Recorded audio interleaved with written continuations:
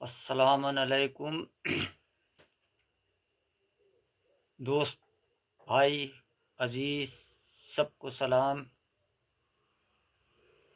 چاہنے والوں کو نمسکار، آداب۔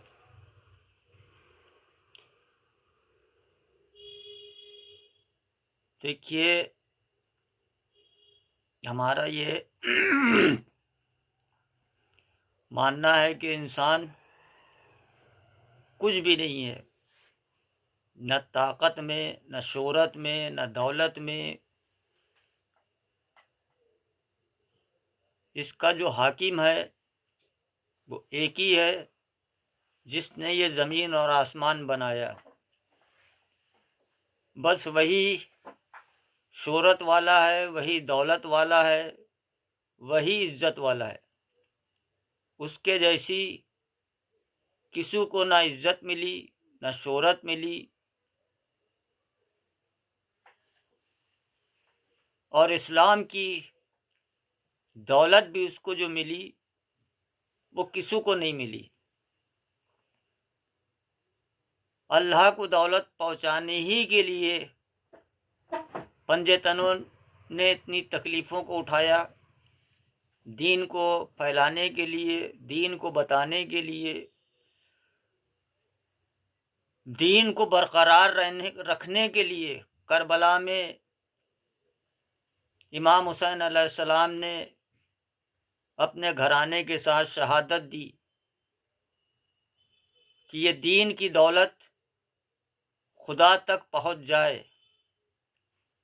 اور وہ میرے حسین نے پہنچا دی۔ انسان کو خود بھی پتہ نہیں ہوتا ہے، جو اللہ کی لو میں ہوتے ہیں، اللہ سے تعلق رکھتے ہیں اور اللہ ہی سے امیدیں رکھتے ہیں اور اللہ ہی کی محبت چاہتے ہیں، ایسے لوگوں کو خود نہیں پتا کہ کل کیا ہوگا، اور ایسا ان کی زندگیوں کے ساتھ ہوتا ہے کہ جیسے ایک معجزے کی شکل کہیے۔ دولت انسان دنیا کی بڑی عمارتوں کو سمجھ رہا ہے، دولت چاندی سونے کو سمجھ رہا ہے۔ تمام ایسے دولت مند لوگ ہیں جو اپنے باپ کا نام لیتے بھی ڈرتے ہیں، کیونکہ ان کے باپ نے دولت تو چھوڑی ہے، مگر ایسی نہیں چھوڑی کہ وہ سر اٹھا کے زمانے کو بتائیں کہ فلاں میرا باپ تھا۔ دولت وہ جو اب میرے والد نے مجھے دولت دی،